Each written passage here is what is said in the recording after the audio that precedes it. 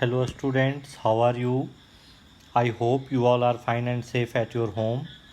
I am Vikas Ranjan, PGT Biology from KBONGC Ankleshwar. We are discussing the chapter Life Processes. Under this chapter, we are discussing structure and function of human heart. We have already discussed the structure of human heart.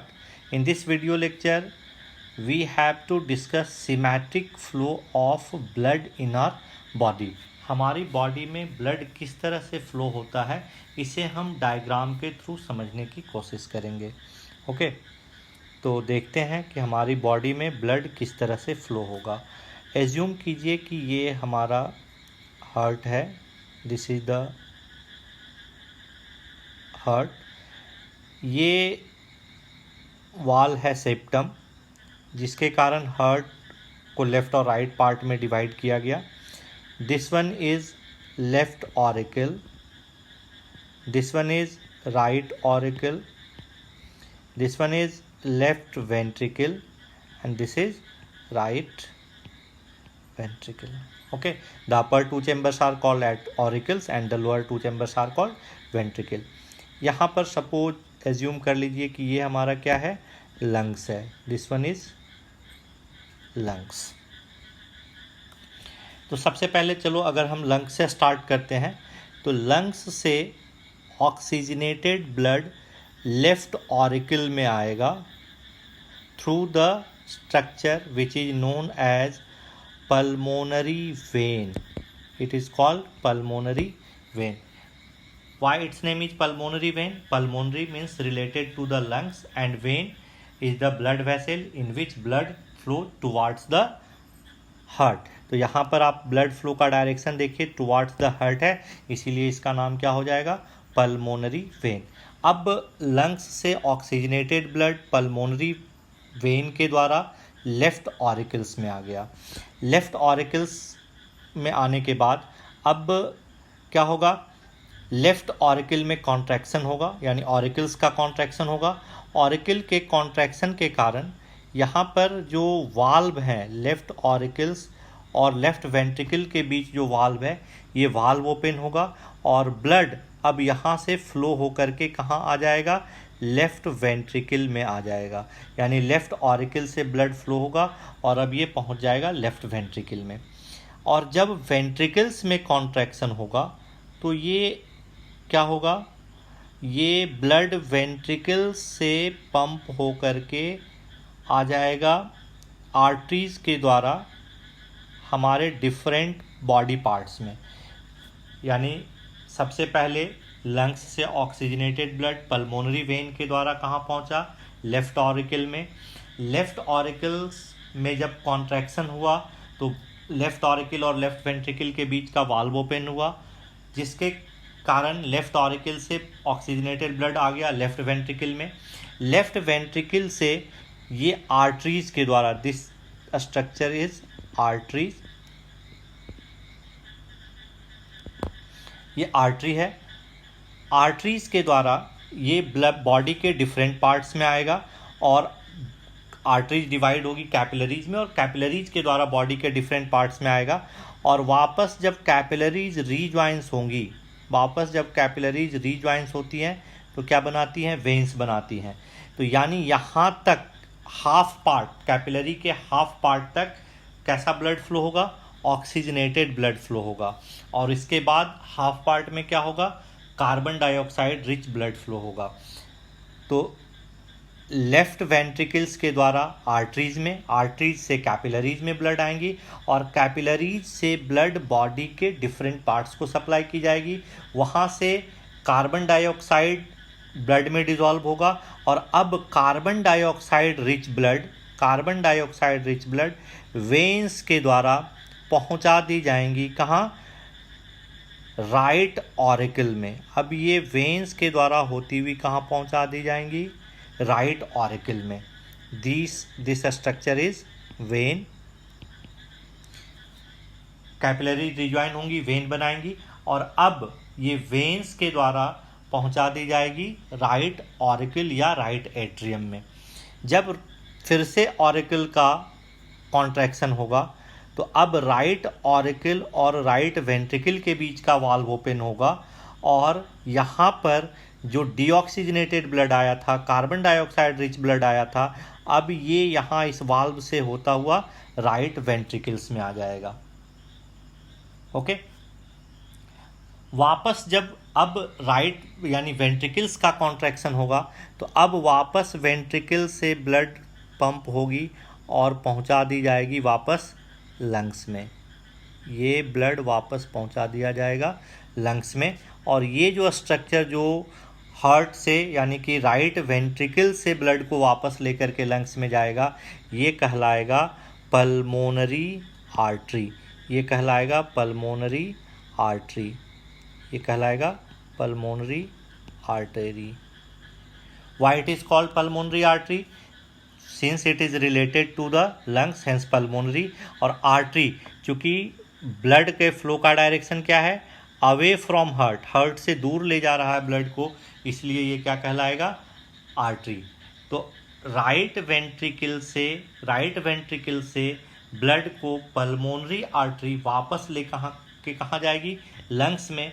Lungs में वापस blood का oxygenation होगा और फिर से oxygenated blood pulmonary vein के द्वारा left auricles में आ जाएगी और ये प्रोसेस कंटिन्यू चलता रहेगा। तो this is the schematic flow of blood in our body. मैं उम्मीद करता हूँ आपको समझ में आया होगा। एक बार फिर से रिपीट करने की कोशिश करता हूँ। सबसे पहले फिर से स्टार्ट करते हैं लंग्स से। लंग्स से ऑक्सीजनेटेड ब्लड पल्मोनरी वेन के द्वारा कहाँ आएगा, लेफ्ट ऑरिकल या एट्रियम में। यहाँ जब एट्रियम का कॉन्ट्रैक्शन होगा तो लेफ्ट एट्रियम और लेफ्ट वेंट्रिकल के बीच का वाल्व ओपन होगा और यहाँ से ऑक्सीजनेटेड ब्लड ट्रांसफ़र हो जाएगा लेफ्ट वेंट्रिकल में। जब वापस वेंट्रिकल का कॉन्ट्रैक्शन होगा, जब वेंट्रिकल्स में कॉन्ट्रैक्शन होंगे तो यहाँ से ऑक्सीजनेटेड ब्लड पहले आर्टरीज से कैपिलरीज और कैपिलरीज से बॉडी के डिफरेंट पार्ट को सप्लाई किया जाएगा। वहाँ जो सेल्स होंगे, सेल्स से डीऑक्सीजनेटेड ब्लड यानी सेल्स में जो कार्बन डाइऑक्साइड बना होगा वो ब्लड में डिजॉल्व होगा। Now the blood is called deoxygenated blood. वो कैपिलरीज लेकर के चलेंगी, कैपिलरीज रीज्वाइन होंगी, कैपिलरीज रीज्वाइन होकर के क्या बनाएंगी, वेन्स बनाएंगी। ये when carbon dioxide rich blood को लेकर के वापस आएंगी हार्ट के कहाँ पे, राइट ऑरिकल में। कहाँ आएंगी, राइट ऑरिकल में। तो वेन्स बॉडी के डिफरेंट पार्ट से कार्बन डाइऑक्साइड रिच ब्लड को लेकर के कहाँ आएंगी, राइट ऑरिकल में। वापस जब राइट ऑरिकल का कॉन्ट्रैक्शन होगा तो राइट ऑरिकल और राइट वेंट्रिकल्स के बीच का वाल्व ओपन होगा और यहाँ से carbon dioxide rich blood transfer हो जाएगा राइट वेंट्रिकल्स में।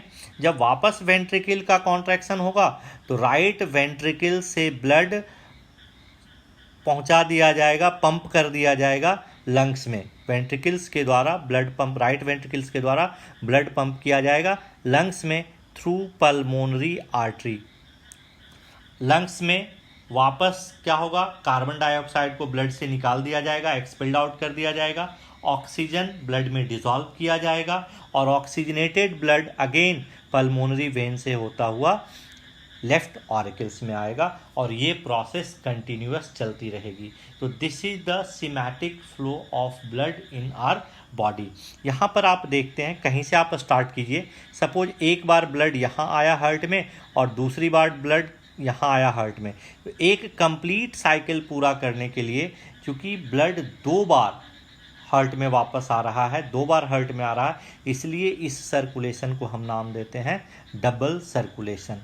This circulation is known as double circulation. तो I think the schematic flow of blood in our body आप अच्छे से समझ पाए होंगे। ओके, ठीक है। तो अब यहाँ पर एक छोटा सा टॉपिक और बचा हुआ है, that is lymph. What is lymph? तो lymph is a colourless fluid present in intercellular spaces. हमारी बॉडी सेल से बनी हुई है, सेल से टिश्यू बना है, टिश्यू से ऑर्गन, ऑर्गन से ऑर्गन सिस्टम और ऑर्गन सिस्टम से पूरी बॉडी। तो सेल्स के बीच में, सेल्स जब टिश्यू बनाती हैं तो दो सेल्स के बीच में जो स्पेस प्रेजेंट होता है that space is called intercellular space. तो लिम्फ क्या है, एक कलरलेस फ्लूइड है जो कहाँ प्रेजेंट होगा, इंटरसेलुलर स्पेस में प्रेजेंट होगा। It is formed from the plasma which escapes from the capillaries.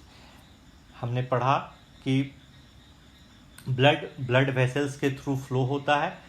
During flow of blood through capillaries the plasma and some part of other things are escaped out from capillaries. Capillaries से plasma और कुछ और भाग उसका क्या होगा, escape होगा, और ये escape होकर के टिश्यू के बीच में जो इंटरसेलुलर स्पेस है वहाँ जमा हो जाएगा। This intercellular fluid is called lymph. ये कलरलेस होगा। वाइट इज कलरलेस क्योंकि इसमें केवल प्लाज्मा होगा, आरबीसी प्रेजेंट नहीं होगी। ब्लड का कलर रेड किसके कारण होता है, the red colour of blood is due to haemoglobin which is present in RBC. But चूंकि यहाँ पर जो इंटरसेलुलर फ्लूइड है उसमें आरबीसी प्रेजेंट नहीं होगी, इसके कारण वो कैसा होगा, ऑलमोस्ट कलरलेस होगा। Lymph drains into lymphatic capillaries which forms lymph vessel and join into large veins. Lymph drains into lymphatic capillaries में फ्लो होगा, फाइनली ये लिम्फ वेसल में जाएगा और लिम्फ जो वेसल जो है वो वापस लार्ज वेन्स में ज्वाइन हो जाएंगी। यानी जो कुछ कैपिलरीज से ब्लड फ्लो के द्वारा एस्केप आउट हुआ था उसको वापस मेन ब्लड स्ट्रीम में फिर से पहुंचा दिया जाएगा।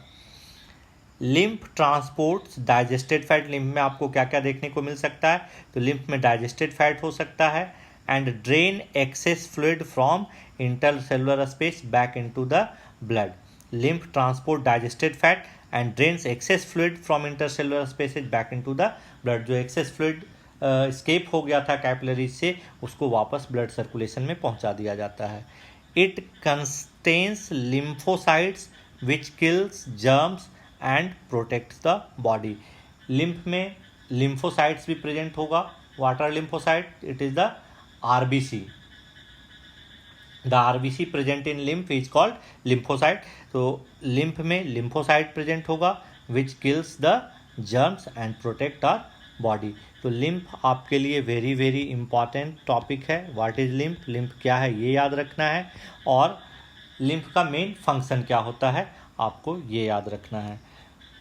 ठीक है, तो ओके, यहाँ पे आपका ये जो ट्रांसपोर्टेशन वाला पार्ट है ये ऑलरेडी फिनिश हो गया।